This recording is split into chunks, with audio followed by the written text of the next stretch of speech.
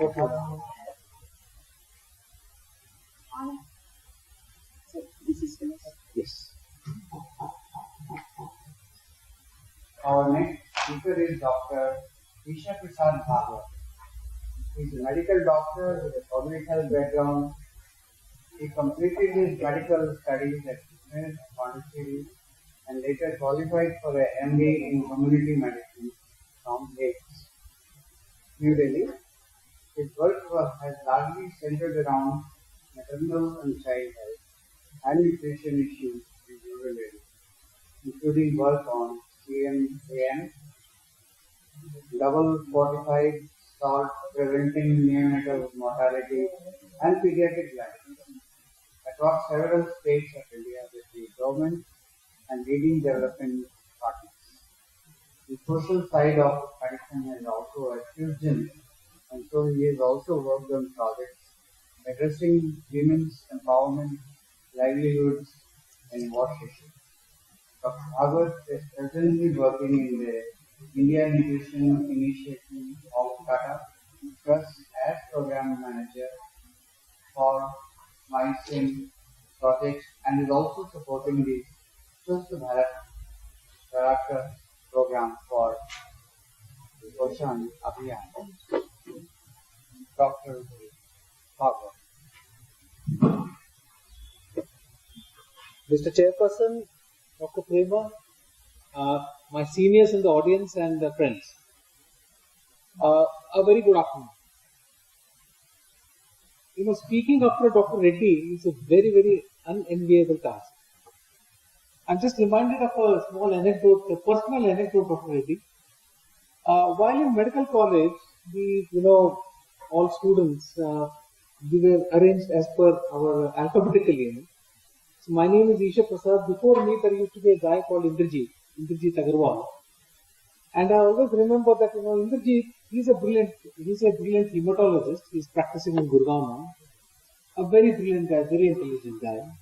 And so in examinations, whatever happened was he used to be called for all this Viva. He used to be called first. And because he was a brilliant man, the level of the examination used to go up and up and up. And then wherever he stopped, and I walked in, the examination would begin from there. It always became a very, very tough task to bring the people down to a medium level, my level. And I am myself in this situation, but that's okay. Thank you, Dr. Prema, for accommodating me at the last moment. This talk was to be given by Dr. Shankar, my senior in the Tata Trust. Unfortunately, he could not make it. He is busy with the launch of a fortified product in Pune today. So, he suggested my name, Dr. Prema kindly accepted, so here I am. But then, there is one loss because of this, that Dr. Shankar is very good at numbers, number cruncher. So he would have given a lot of statistics, data about whatever is happening. I am more of a field person. I am busy with programming in the field, managing projects. So I'll kind of bring the field experience to this particular talk, telling you exactly, sharing my experience on working on some of these issues and what are the challenges and what are the fantastic opportunities before us at the moment to actually address nutrition and especially macronutrient deficiencies on a large scale in India to reach up to the 2030 goal. So what it is, let me start with this. I think the term hidden hunger is something I personally prefer. It's more evolving.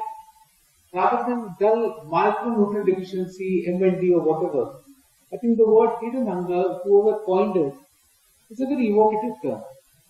Now there are multiple things that have been researched upon. Starting from iron to chromium, and I don't know how many more. There may be more macronutrients here which people have studied and have found out the relationship. But there are some of them which have been highlighted which are actually most important, most studied, and there is inadequate data on this. The rest of it, we're trying to work on some studies there, but we don't have a complete information about some of this change in which they act. I think the burden is very well known to all.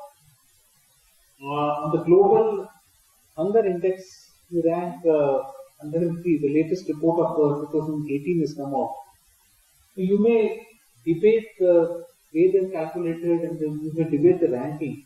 Nevertheless, I think we all understand that there is a big challenge with nutrition and especially with MNDs.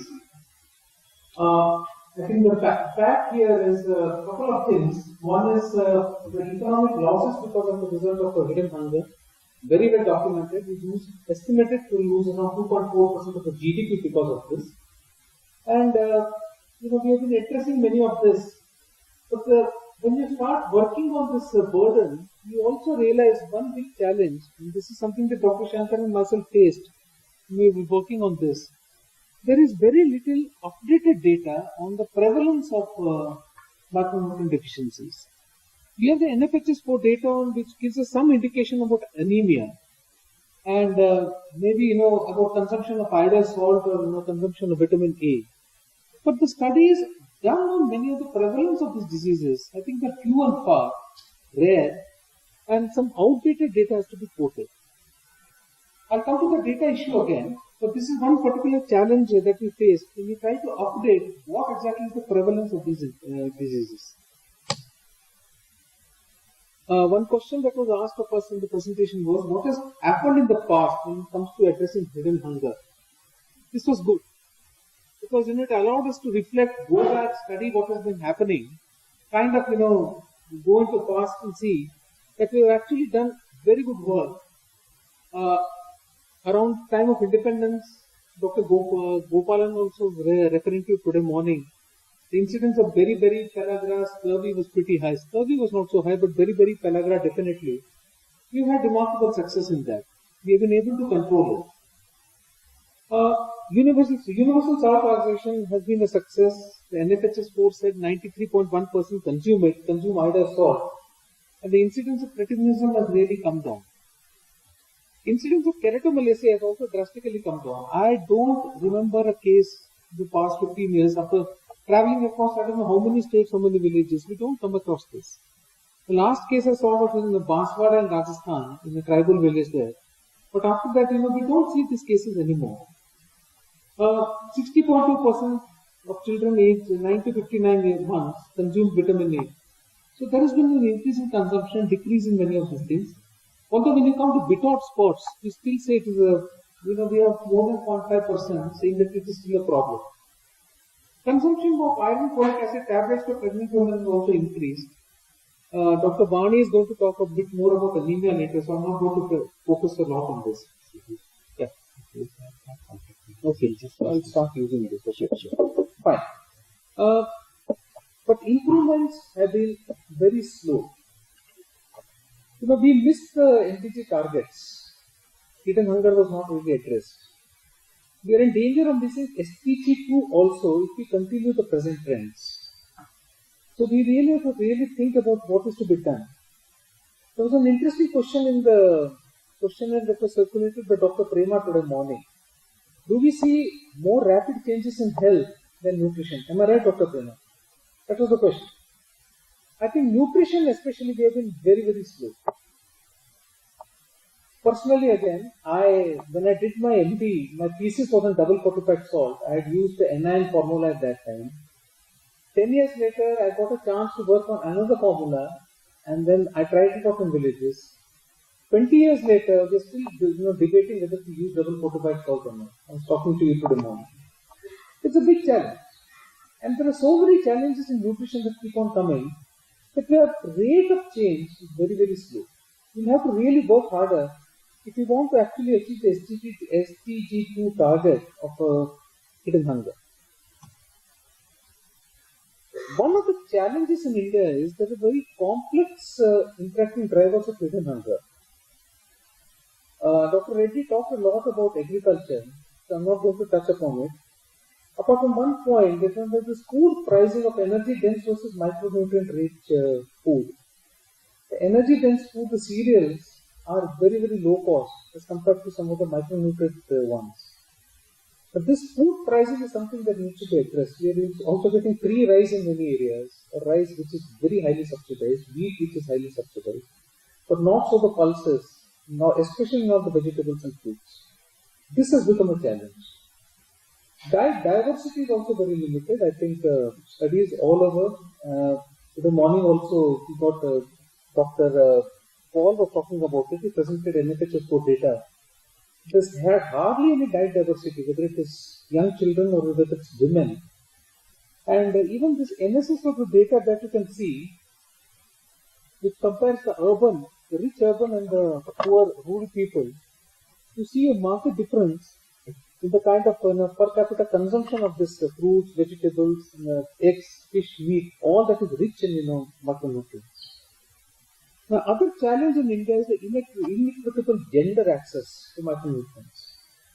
I think this is a very, very complex thing. This gender issues of women eating last and maybe the least, of certain practices which deprive the women of these macronutrient-rich foods, and the complex things of mother-in-laws influencing the diet of these women. So all this becomes a kind of a puzzle as to how do we really address many of these issues.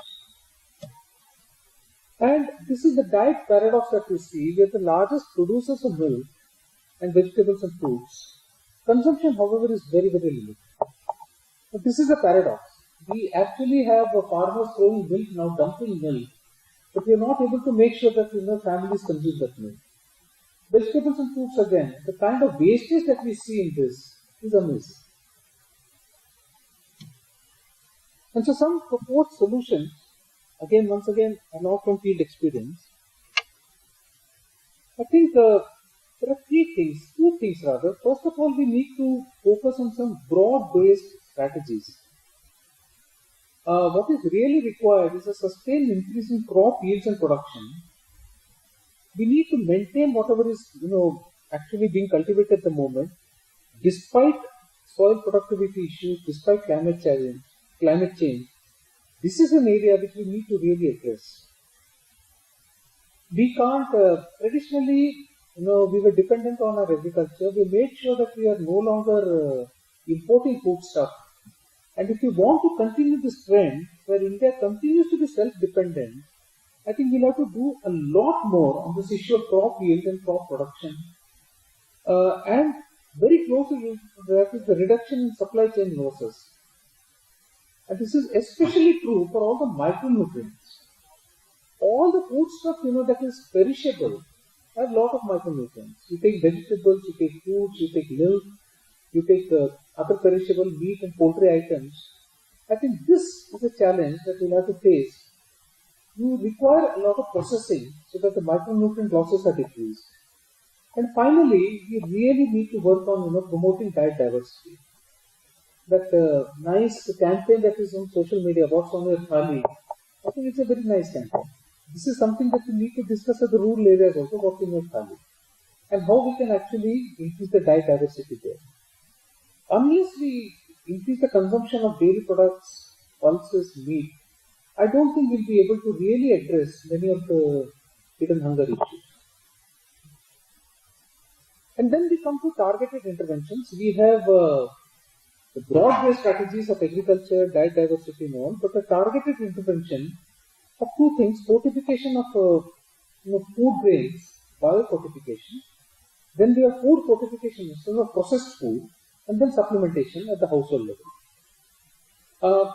The costs have been mentioned. This is a nice study done by Ritchie and Rea in 2017, where biofortification is still a very expensive proposition. For the national fortification of rice, for example, biofortification, you require so many millions of dollars. But food fortification is pretty cheap. And supplementation, although slightly more expensive than food fortification, is still a bit of a cheaper option that we can explore. And this chart actually tells you the population-wide demographic specific deficiency that we have of iron, calcium, zinc, vitamin A, vitamin B6, and so forth. How the various strategies help. Dietary diversification, for example, can help in a number of them, but when it comes to vitamins and iodine, lysine, it's not of much use. And if you really see the chart, you talk of whatever you do, you have fortification, food processing and fortification, which actually make sure that you can address all the micronutrient deficiencies. But this is a very good way of looking at what really works across the spectrum of solutions that we have for addressing these things, M&Ds. And coming to fortification, once again, we should consider fortification as a near to long-term strategy. It cannot be an immediate strategy. It's a near one, but you actually have to think long-term what is to be done there. Biofortification, we have got success with 3 particular crops. We have the golden rice, we have the iron pearl millet, and we have the zinc wheat. However, widespread use, and this is an agency called Harvest Plus, which has worked on many of these biofortification techniques. It's a very complicated one. You actually have to enter the genome of a particular plant and then make sure that the genome is transferred to plant by plant, crop to crop. Widespread use is still a decade away. It is not an option that we can immediately consider as a common thing for addressing deficiencies. Golden rice is promising a lot of vitamin A, but then once again we really need to work hard to make sure that people accept it and then it's cultivated on a large scale. Fortification is a technique that is now being widely researched. We have techniques available for fortifying salt, not only with iron, but not only iodine, but with iron. And people have experimented with other micronutrients also, including B complex vitamins. It's possible. Milk and oil fortification with vitamin A and D is also possible. The techniques are available. And rice and wheat with iron and other micronutrients is available now. All the technologies have been tested and generally regarded as safe. We know exactly how much to do. All the research is very well documented there. And we have the Food Fortification Resource Center in the Government of India, a division of the Health Ministry, which is available working on these issues. I think FFRC is an agency that we really need to tap. They are promoting fortification in a big way. All the development partners, the government have come together to agree on certain norms and promoting. We have to really spread the message to the community of the advantages of fortification. And Dr. Reddy talked about this. The midday meal, for example, is a very good source, very good opportunity for us to provide fortified food to the children. The PDS again, in many states now, the PDS has got fortified rice. The PDS also has double fortified salt being sold across for some families there. So the public distribution system is a potent source. And finally, the ICDS. The take-home rations of the mothers and children, I think this is something that we can actually do something to fortify. Fortified blended food can be produced either at a state level, for example, Telangana has taken it up, or at a decentralized level, like some states like Rajasthan, Bihar are experimenting with that. So this is a very good opportunity. And finally, the whole thing with fortification is that you do require research and there is some close monitoring that is required. Multiple sources are being fortified. Actually, you pick up any processed food now, it will talk about process, rich with vitamin A, fortified with so and so macronutrients. We don't know how many things are being consumed which are being fortified. We don't know how much is going to the body. What exactly is happening with all this fortified food is very little research being done. You take milk fortification, for example. We say that 30% of the RDA for vitamin A and D are being supplied through milk. Finally, how much of it is, in Indian households, kind of repeated boiling it is subjected to. And then you make, many families make butter out of it, many families make lassi out of it. What really happens, how much it is being consumed, we don't know. We don't know what is happening there. There's very little research going on in this area. While FFRC is promoting this in a big way, we don't have a close monitoring of what is happening. Now, this danger is going to increase, else because processed foods is something that more and more families are eating now. And if everything is really fortified in such a big way, I think we need to really monitor what is happening. So supplementation, it's a near-term strategy, we still need it. It's a clumsy technique. When you have to supply so many pregnant women across India with iron folic acid, it's not an easy task. The kind of procurement that is needed, the kind of logistics that is needed to supply all this. To take another thing like vitamin A, it comes in bottles. It's a messy solution. It's not really easy. Logistics of supplying this is not very easy. Governments across the country are breaking their heads how to break this logjam. They've tried all sorts of methods, but it's difficult. It's not really, it's not a very efficient way of, supplying the macronutrients. But the load is so much, the anemia is so much, the other deficiencies is so much. As a near-term, immediate strategy, we need to continue with supplementation, and that too also targeting to these particular groups. The 1,000-day window of opportunity that Dr. Paul talked about, this is the group to be targeted, and we require supplementation here. There is also this studies done by NIN as to why it is that we have such low coverage of supplementation, and it was found out that the education component of the supplementation is missing. We are really not educating them on what is to be done. I'm sorry, I'm pressing this and going to the next one. So this Anemia Mukt Bharat program that has been launched is, I think, the Project Tiger movement. Project Tiger, launched in 1972, was a wonderful program because it not only saved the tiger, it helped to save a lot many other species in the jungle, and the forest also got protected. So it was a kind of a collateral effect that was seen. Anemia Mukt Bharat, in my opinion, can also be a Project Tiger program, similar to a Project Tiger program. Anemia Mukt Bharat talks about emphasis on behavior change is considerable, including diets. There's a lot of effort going on there to educate the people there. And there's a lot of effort on fortification. Now, when you talk of education, when you talk of fortification, it's talking about diets, talking about diet diversity, talking about all the other things about food waste, or whatever it comes. The other elements of hidden hunger will come into this automatically. That's the beauty of this thing. It's a very big opportunity for us, and we must not lose this particular moment. And likewise, when we talk of fortification, we're going to talk about fortifying salt, wheat, rice, and other things. And it's a time to educate the people about the need for this macronutrients. So this Anemia Mukt Bharat program that's been launched recently as part of the Poshan Abhiyan, I think this is something that we really need to seize upon and start working upon them.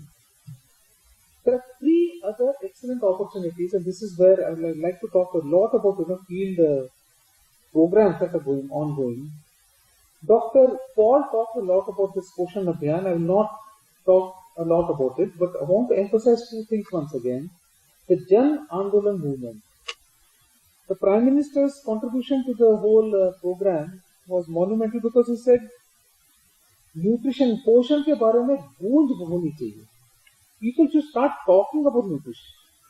And so, during the Poshan month in September, for example, you heard a lot of buzz. And even now, so much effort is being taken to reach out to the media, and through the media to communities, about what all can be done for nutrition and what needs to be done by families and individuals. Now, all this Jan Andolan piece is really, slowly catching a wave across the rural communities across India now. These community-based events that are happening, the involvement of school children, involvement of so many other people, that's really taking shape. The Jan Andolan piece was very, very dominant during the Swachh Bharat Abhiyan. There a lot of effort was taken to reach out to communities. I think the same groups have started shifting their effort to nutrition now. This is a very positive development. And convergence. We talked briefly about it in the morning, how during the Poshan month, you actually converse with a lot of departments. One department that participated in the meetings but were not really involved was the Department of Agriculture. So this is something that we need to capitalize upon. We talk to the Panchayati Raj system, we talk to the education system, we talk to the WCD, of course, is leading the health mission. We talk even to some other departments, the Department of Agriculture, although they participated, they're not really involved.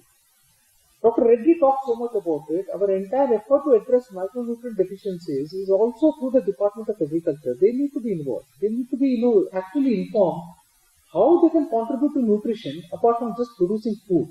A lot more, so many other things that we need to work upon. Their understanding and their outreach also needs to include nutrition. The opportunity is here to really start talking to them. The other program, and this is a little less known program, but which is making waves across the country, is the Deen Dayal Antyodaya Yojana, National Rural Livelihoods Mission. They work with women's groups. As of yesterday, 5.5 crore women were members of this mission. The target is to reach 10 crore. 10 crore, they actually take one woman per household, so that means 10 crore households. And assuming 5 members per household, you are actually reaching 50 crore people with your messaging. It's a very, very potent program. I was a member of this mission, working on health issues there, and I've seen how many health messages can be easily translated by using this platform. And more importantly, we can start pressing upon them to raise the demand for quality services. We have examples across the country of women now monitoring the VHNDs, women monitoring the ICD services, and there have been improvements that have been seen, gradual but definitely on the rise. This particular program is something that we really need to work upon. This is not really known to many, but it's a very potential program. The last one, the focus on aspirational districts. The Government of India has identified 150 aspirational districts across India. They used to be called backward districts, they used to be called left-wing extremism districts, but I think the better word that has come up is aspiration districts, among the most backward of them. The change here is that for the first time, the collectors have been made responsible for delivery of these programs, and the focus is on outcomes. Normally, government programs talk about how many Anganwadi centers built, how many health centers built, how many beds given, how many children given doses of vitamin A or whatever. But they do not talk of outcomes. For the first time, the NITI Aayog has pressed upon the aspiration district collectors to report upon outcomes. Now, they need to be involved in our discussions, in our presentations, and we need to reach out to these collectors. We can definitely make a difference. They are really, really seized up with addressing many of the outcomes. And most interestingly, 30% of the outcomes relate to health and nutrition. This is a very important thing that we can work upon. We can seize the opportunity here also. 2030 is not far away. Time passes. We are already in 20 now. It's 3 years since the last MDGs were over. 2030 was decided upon as SDGs. We have more than adequate data to work upon. I touched upon the aspect of data. Yes, there have been far and few studies on micronutrient deficiencies, but whatever is available, I think we can work upon them. We really need not scratch our brains as to what is happening, what needs to be done. The solutions are known. We can always improvise as we go along, but the solutions as far as we know. We know the broad-based strategies, we know the targeted interventions, we know what is to be done. The technology is also there. We can keep on improving. Biofortification may be coming up 10 years later. Some other technology for delivering supplements may come up later. But at the same time, whatever is available, let's start moving on that and moving rapidly. Nutrition is slow, we really need to catch up there, and here the will is also showing. Once again, we have a lot of support at various levels for working on nutritional issues. I think this opportunity is there. The other one is that we have a lot of young professionals willing to work on these challenges. I'll talk a bit about the Swasth Bharat Prerak program. We at Tata Trust are supporting Preraks for Tata Fellows across 300 plus districts to work with the district collectors in Poshan Abhiyan. When we started reaching out to universities that would you be willing to spend 1.5-2 years in remote districts and starting live there, work with the collector on these issues, we got an overwhelming response. More than 5,000 people applied to us, and after rigorous selection, we got 300 plus fellows. They're willing to spend, these are young professionals, fresh graduates, or people who have left corporate jobs, willing to work for a change in some remote districts, not at all related to where their home districts or hometowns. They're willing to actually stay there, work, and under very, very harsh conditions, and the results are already showing. 6 months later, we have a lot of success stories to narrate as to how these prayers can go. We see a lot of youngsters in the audience. I'm sure you also have kind of energy, enthusiasm to reach out. 2030 is something that we can really achieve if we can start working very sincerely on many of these issues that we have been raising. The last challenge that we have is we need to go in with simple messaging. One of the successes of programs of the Swachh Bharat Abhiyan was a very, very clear, simple message. There's no two things about it. Likewise, in nutrition, you can actually develop very simple messaging that this needs to be done. I'm sure departments, people, professionals, everyone will listen and they'll start going on to actually achieving it. Dr. Reddy gave this classic example. Every day the media fires us, this is wrong, that is good, that is bad. We get confused. I think as a nutrition community, we need to develop simple messages that this is what is really needed, work upon that and show the results we follow. Best way to predict the future is to create it. Let's do it. Thank you very much. Questions. This is question time. Yes, ma'am. Mine is not really a question, it's a comment. Now, I have been with the Government of India as a Director Pollution Board quite some time back, and my colleague Shishba would bear me out. We had modification programs, we had energy food, we had meal zone, we had so many nutritious foods in different states. But the problem was, as long as the central government sponsored these programs, they run them. As soon as the aid was stopped, and that was stopped from center, the states didn't do it. So now when there's a say there's adequate data, there's solution, technology, willpower, willingness, everything manpower is available, I hope it will take off. But I have still my doubts because I don't think we have created that atmosphere where things will take off. So, thank you. Yes, ma'am. I completely agree. Having worked in the central government for some time, I know this challenge. If the central government stops funding, many of these things don't take off. But at the same time, there are positive changes also coming up. This is heartening. I talked about this fortified blended food manufactured by certain groups in Bihar, Karnataka, Rajasthan. These are all state-led initiatives. They're taking it up. And they're taking up the same formula that you actually propagated at one time. It got stopped for some reason. It's coming back again. So some of these things, we must, this effort at giving more autonomy to the states and motivate them and all, this change is coming up. Vitamin A fortification in milk was done. Vitamin A, D fortification in oil was done. Salt fortification is final. Now I'm glad some has come up as double fortified salt. But still, it has not spread over. It's not. Milk is spreading. Yeah. Milk is spreading. The latest data shows we're able to fortify 50% of the fortifiable milk. So that's a positive thing. And one more thing I'll add from my research. It is possible to fortify wheat flour with iron at the household level in small samples. So that can be taken. Yes, we should take it. And we have tested, scored,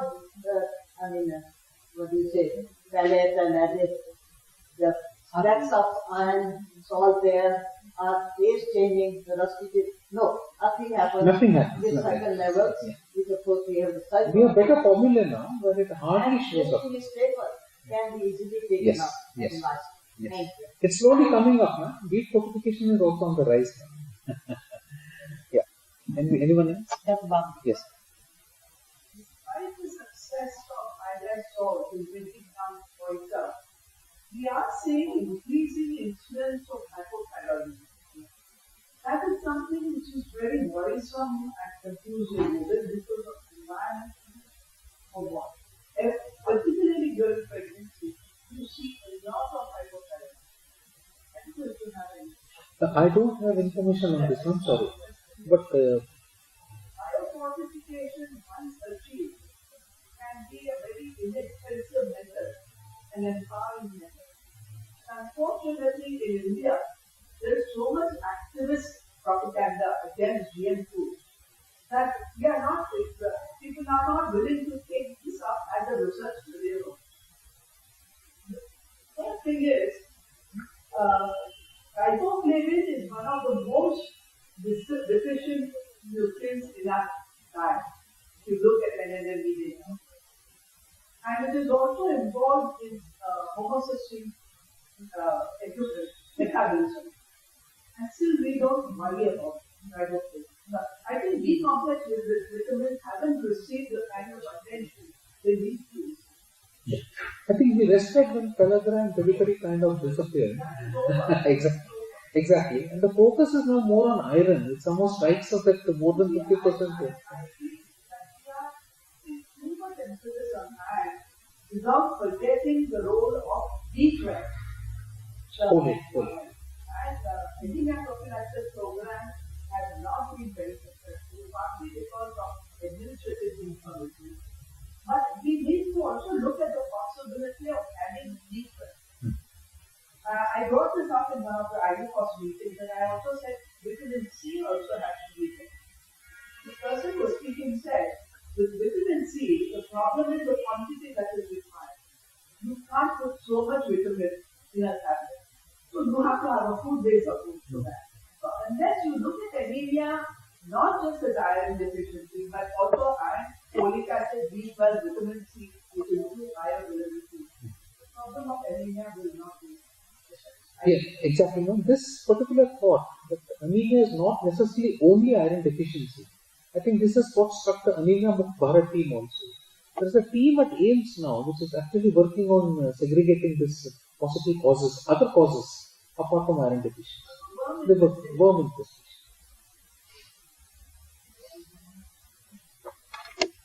If there are no more questions, then You said under PDS, this wheat and rice fortified with iron is being supplied. How about, how do you fortify rice, and has there been some experiments or some? No, there is a possibility, ma'am. There is a fortified kernels that can be kernels, exactly. And there are ways of making sure that the kernel is mixed with the rice, the total bags of rice. There is a possibility. It's yellow in color. No. And people usually take it out or No. they wash it out. No, there have been improvements in the technology. We ourselves, for example, have now supported the government of Andhra Pradesh in certain areas, setting up this rice mills and rice fortification units. It doesn't take that. I'll share with you the technology that is used now. So that There was an exhibition in Anemia Mukt Bharat where I had seen fortified rice, and all yellow terminals were fortified rice. okay. I'll share with you. I have just one suggestion. We see that collectors have been given the responsibility for seeing the outcome. My suggestion is that there has to be some nutrition literacy, advocacy, or some in-service training program for IAS provision, so that they understand the relationship between nutrition and development, and they have a broader outlook and they can contribute better. I know some of the collectors have been so brilliant. In fact, they used to ask me, "Madam, why you are not forcing this participation? I'm doing it." Chhattisgarh was very proactive. They reduced anemia by 3% just in 1 or 2 years. Just because there was no government order for double fortification of salt, but Chhattisgarh was fortifying iodized salt with iron. And about this collector's literacy on nutrition, IFPRI has a course where it actually, professionals are trained regularly. And there's a separate course designed for this aspirational district collectors on nutrition, on health and nutrition. if there are Thank no you. more questions, come up. Your micronutrient rich basket is waiting for you.